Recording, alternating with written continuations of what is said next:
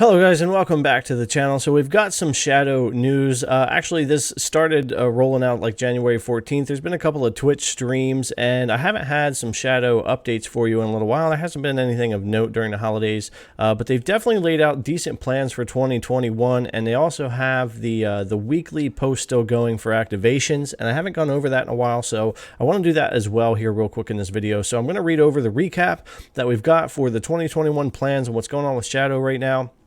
And then we'll go over and we'll take a look at the weekly post for January 19th and see what the updates are for activations for everyone there for all the data centers. So first things first, let's go with the Shadow news recap. So let's get into this. The first thing they've got here is more monitors, more screens. So one of the bigger announcements that they had, a feature that has been long asked for, is dual screen support from Shadow. I do have my reservations about how well this is going to work with current hardware, but I'm definitely interested to check it out. And as soon as I can get access to this, get it working, we'll probably do some type of video here on the channel showing the dual screens working for Shadow. So here we go. Let's just kind of read through this. That's right, the highly anticipated dual screen feature is now in alpha for Shadow Box version 1 and will be coming to Windows and Mac in alpha later this month. Alpha only accessible via Discord, so make sure you remember that and go check that out on the Discord.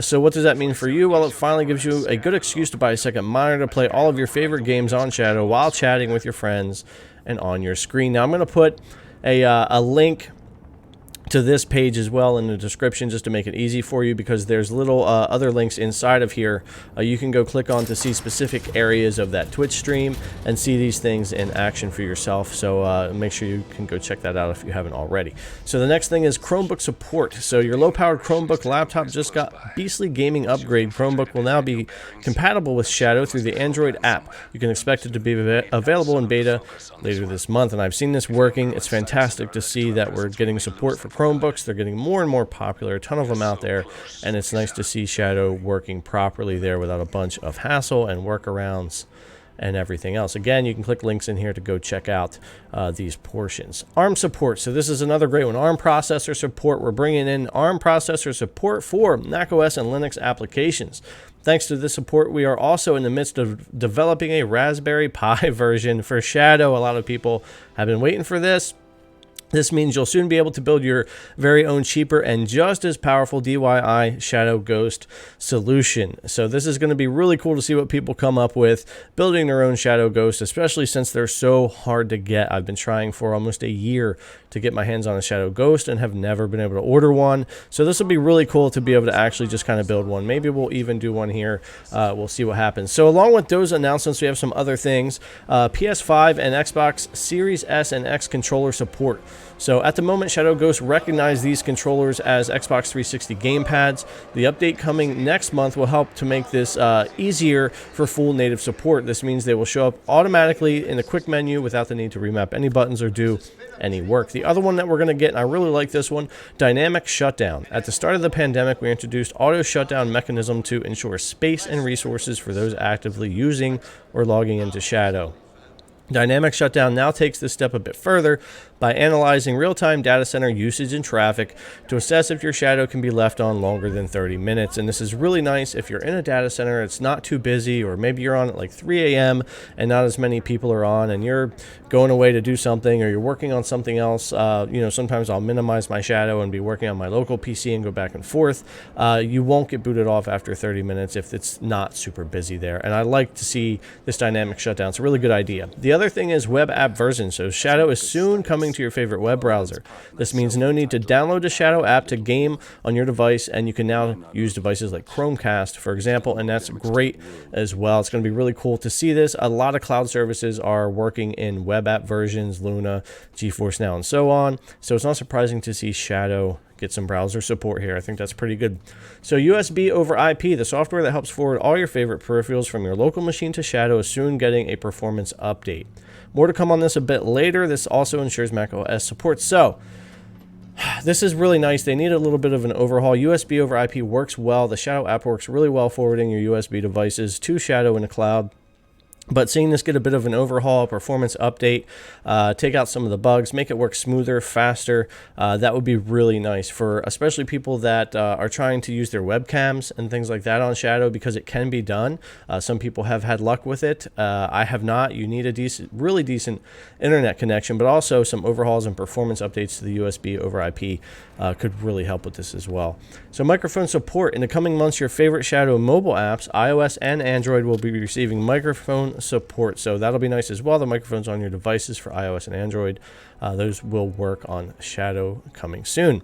So that's pretty much the recap. Now, I've also seen that they're going to be doing something with the storage to optimize it, make it work better, be more stable. I'm not sure what all they're planning on with that, but there's also definitely some changes in 2021 supposedly coming to the storage. So let's go ahead and jump over and check out the activations list and where we stand right now for activation times. All right, so over here on the activation list, they still activate every Monday through Thursday, 8 a.m. local time for each data center. And I'll just try to read through these as quickly as I can so that you can hear what your area is looking like. So Chicago, if you pre-ordered between December 13th and January 11th, you are middle to late January 2021. If you pre-order between January 11th and the 18th, you're middle to late January as well. And if you pre-order January 18th or later, you're end of February. For the Texas data center, if you pre-ordered December 31st to January 8th, you're middle of January.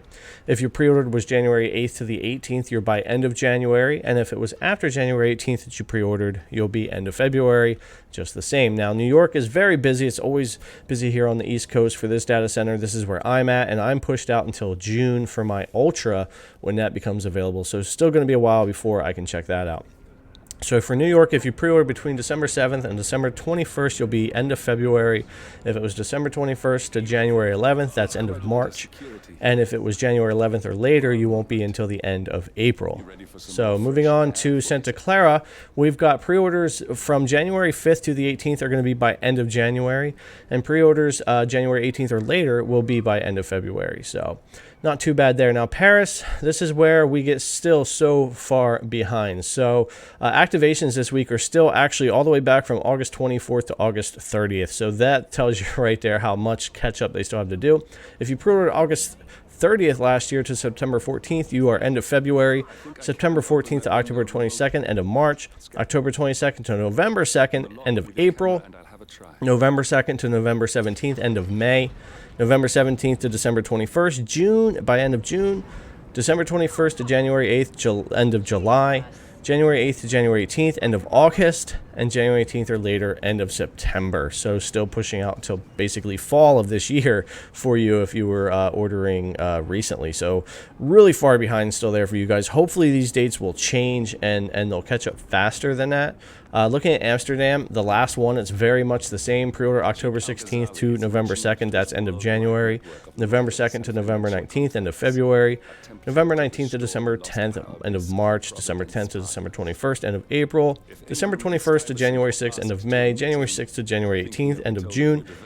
The 18th or later, end of July. So still very similar there. Very far behind for those two data centers. Like I said, hopefully they can catch up and get those going better for everybody there.